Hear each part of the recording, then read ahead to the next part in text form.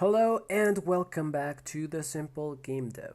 First of all, I want to apologize to everyone because it's been a while since the last time I uploaded a video, and some of you were asking if I was going to finish this tutorial.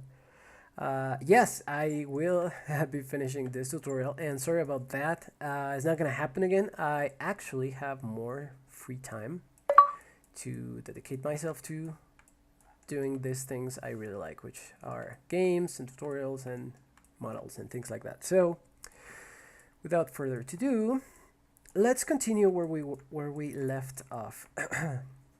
And I apologize in advance because I am a bit sick.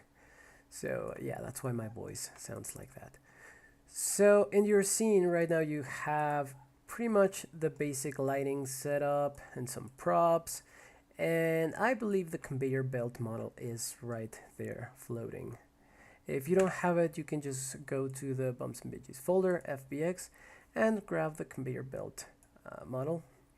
And let's just place it in the middle of our scene. Okay, I don't know why that happened. Oh, I believe it's because we have to put it inside our game level. Okay. So let's place it in a nice spot, 0, 0, 0. Now make sure it's inside your game level object. Otherwise, it's going to happen the same thing that happened to me, that piece just flew away somewhere.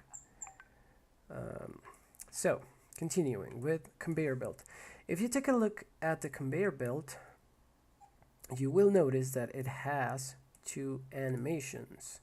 Conveyor belt moving, which if I press play, you will see how the little cylinders there start to rotate, and another one that is just a single frame for stopping. So even if I play it, it's just a frame, so nothing is really happening. So what we need to do here is start working on the script. So let's go to our scripts folder and create a conveyor belt script. Okay. So now what we need to do is put our conveyor belt script inside our conveyor belt model. So we need two things. We need two things. One, to be able to stop the conveyor belt as soon as the vegetable and the box appear in front of the character, and then being able to move the conveyor belt again, right? So in order to do that, we're going to use the animator. If you take a look at this, the conveyor belt comes with an animator component. So we need to make a new animator. So let's create a new animator controller and let's call it conveyor belt animator. Okay, let's put it inside our animator. That's it. So if you double click the conveyor belt animator, what we want to happen is to, I guess every time we start the game, we want the conveyor belt to start moving, right?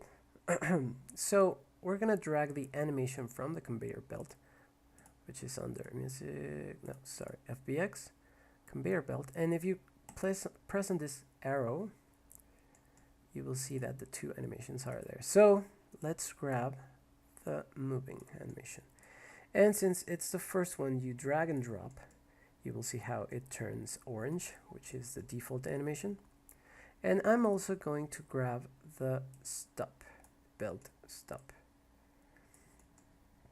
Now in the parameters, I'm going to send a boolean to know if it's moving or it's stopped, right? So the parameter is going to be a bool, and now I'm going to call it is moving. Okay, so let's connect this, guys. Right click on it, make transition to the conveyor belt stop. So when is this going to stop? When is moving is equals to false, right? And same thing happens, but in reverse. If the conveyor belt is not moving and you send a boolean true, is moving true, then we want this to move, right? So let's test this out.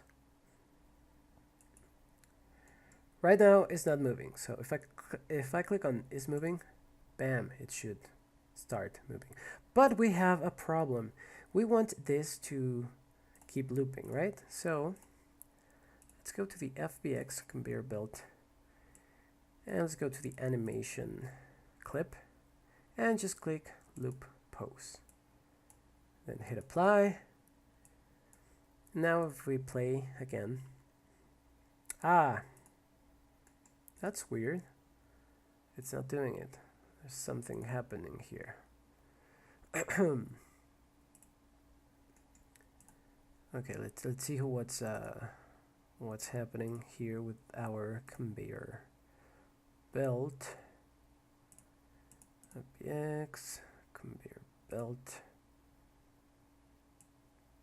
So loop time. Yeah, I want this to be loopable. It should be looping.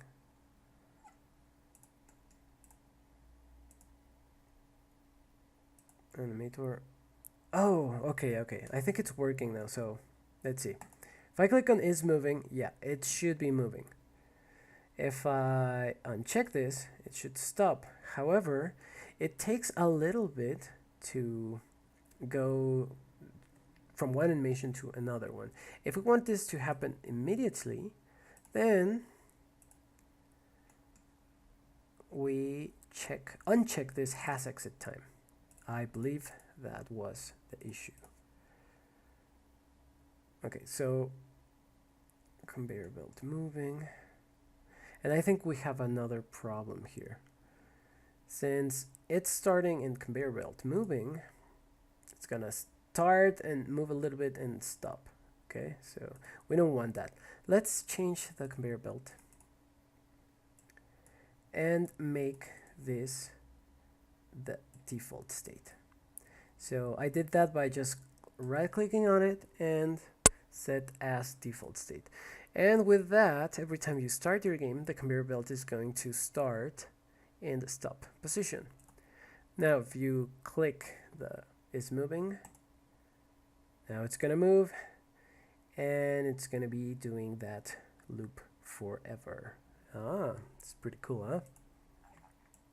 Now you will notice that this animation actually makes the cylinders rotate.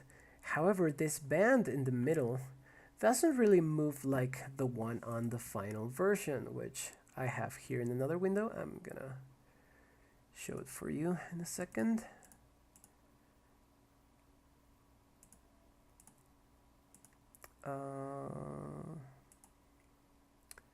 Okay, I'm just gonna drag and drop that window here so that you can see.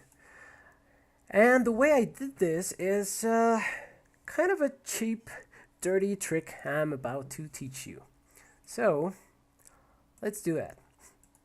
What I did here is since I really didn't want to worry too much about making a super realistic animation of the belt rotating around, because that would require tons of bones, then I just realized I wanted to make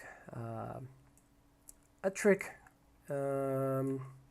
offsetting the texture. Now I'll show you what that means in a second. So let's go back to our script, conveyor belt script. Okay, I don't know why my mono develop crashed, but it seems to be working now. So let's continue with our conveyor belt script. So I'm gonna double click on it. And okay, here it is, brand new script, conveyor belt script. And what we need to do is first get a reference to the animator, like animator. The animator is the one that we just dragged and dropped into the animator component. So public animator, I'm going to call this conveyor belt animator. You can call it whatever you want, but it's easier if you keep a naming convention, right? Also, I'm going to need a boolean called is moving, and I'm going to start that as, I'm going to initialize that bool as false. Okay, so the only thing I'm going to do in start is to actually get the conveyor belt animator here. I could do it manually by just drag a component into itself, as you can see, or you can do it by script. If you want to do it by script, then you just assign it pretty easily. So conveyor belt animator is going to be equal to get component and the type of component that you need. Now, if you use the get component animator, then it's going to look for that component in that game object. Let's say if you want, in this case it works because the conveyor belt and the animator are on the same level, meaning they are inside this conveyor belt game object. I'm not sure if that sounds complicated, but let's say if I wanted to get a reference to this animator, but from, let's say, a part of this inside the model, then you couldn't use that one because it's not at the same level. See, you should be looking for that component on the parent. So just keep that in mind. In this case, it will work. So I'm gonna keep this at none. And just to test it out, is moving stays at false, and conveyor belt, it's assigned automatically. So what else do we need? We need to make two public functions. One, it's going to be called public void move belt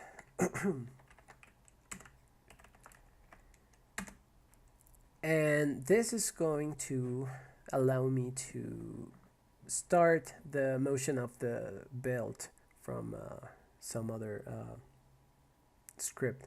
So I'm just going to leave it as public, and the only thing that's going to do is change the is moving to true, and conveyor belt animator dot set bool, and now the name is the same, is moving, and we're gonna set that boolean to true. Okay, now I'm gonna make the other part, the other method or function, void stop belt, and yeah, you guessed it right, is moving is going to be false, and the conveyor belt animator set bool is going to be false. So every time we call any of those ones, actually let's test it out. So on update input, because I love testing before it gets too complicated, and then you don't know, if you get an error you don't know exactly where it is. So get input, no, sorry, get key down. I'm about to cough. I need to pause this video for a second. I apologize. Okay, I will continue. Input.get key down, key code dot m for move,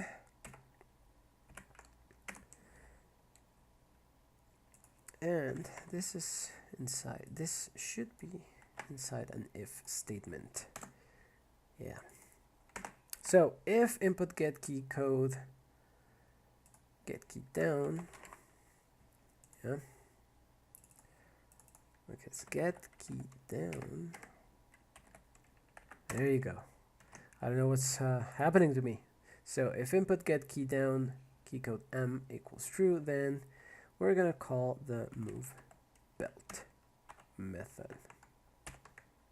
Okay, I'm gonna save. Let's make another one for testing as well. If the input is s, then we want to stop the belt. So that's it. Let's try this out. Hopefully it will work. If I click on the game screen and press M, as you can see, the animation starts. And if I press S, it stops. Okay. There still needs it needs some tweaking on the animator, but we'll get to that later. Next, I'm gonna show you how to animate this conveyor belt part. So I was saying before that I didn't want to model or make something really difficult and that requires like a super difficult and complex rig. So I'm going to show you what I'm going to do. So this is the actual model, and one of the tricks, or the trick I'm going to show you is just offsetting the texture. And what do I mean by offset? So if I hide the rest of the model, I just want this band here. So these are the UVs for those of you who know some 3D. So the UVs are pretty much the faces of this model, but laid out in this 2D plane. So basically, if I start moving this up or down on my 2D view, you will see how the model actually changes textures, right? And it's just a trick, really, because since the texture is stylable, meaning that it's gonna repeat itself infinite times, then you're never gonna end up like with a black square or something. It's just gonna repeat. That's how I make that dirty trick, that motion. So in order to do that, yeah, we are gonna do it with script. So let's go back to our conveyor belt script. And we need a couple of things. We need to access the texture, right, of that model so that we can offset the texture. So I'm gonna need a public. I don't know, I have this, I always leave most of my things public because I like to see them in the inspector, but I don't think it's a good thing. Like for now it's good because you're not doing too many things and only you are messing with your own code. So yeah, I'm gonna keep this public for now. Scanned mesh renderer. So I'm using scanned mesh renderer because this model, this mesh, is scanned. It has bones. It's animated through bones. If you had only like a cube or something that you model and didn't animate by using bones, you use just the mesh renderer. But in this case, we need scanned mesh renderer. And I'm gonna call it band underscore mesh. I also need a public float belt speed, so we can modify that. And just because I already know what value works, I'm gonna leave this as 0.1 f because it's a float. If you don't put the f, it will give you an error. Okay, so let's go back to our game view, and you can see that the band mesh is now available. So let's grab our belt base band. Okay, put it there. As you can see, this is the one. I actually separated the model into these two parts just because I knew I was going to do this, and since we don't want to offset the texture of this other part, then we actually needed to do it in this way. So let's go back to our script. and make the magic happen.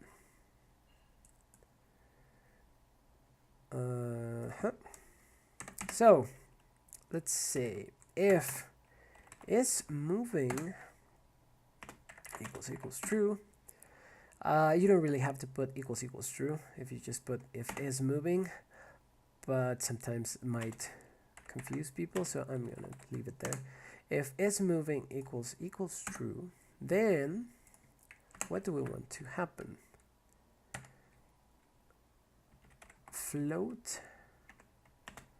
I'm gonna make another float, and I'm gonna call this offset, and this is going to be equals to time dot delta time times belt speed. Okay, so this is just basically going to be changing over time. So this is a the delta time is like the time it took to render the previous frame or something like that. So yeah, and the belt speed, that's the float that we just put here. And why did we create this? Well, it was because we need to do a band mesh dot material. Now there is a property, I guess it's a method, set offset, set texture offset. See, and it takes as parameter a string for the property. You can look at this in the Unity website, but I know this is called main text. That's how they call the main texture, because that's what we are modifying. If you wanted to modify the normal map only, then you will type in normal. So yeah, you can check that on the Unity website. Yeah, going back to this, and we are going to pass a new vector2 for that offset. Since we don't want this to move on the x-axis, and I'm going to show you what that means. So let's say I offset this in the x-axis. See how the band moves in a weird way? So we don't want any offset on the x. We only want the offset to happen on the y. So that's why we need this vector2 and 0 for the x. And for the y, it's going to be the offset. That's it. I believe that's it. And else, if it's not moving, then stop the belt. That's it. So let's try this out. I'm going to close up Blender. Save this script. And let's see. Let's make it move. Ha! Something is not right. Conveyor belt is moving. Okay, it took me a while, but figure it out. It's not delta time, it's time. So yes, delta time is the time it takes to render, or it took to render the other frame, right? And normally this is constant if you have a good computer, so that's why it wasn't really changing the offset. But if we use time.time, it's actually going to be changing. So let's try this one and hope it works. And let's make it move. Bam, oof, finally. Now you can see it's a little bit slow, and it's also moving the other way, right? So that looks pretty weird. So let's change this to offset. I think, I had it in negative, so offset is positive. And we can just change the speed. Let's say point, let's try 1.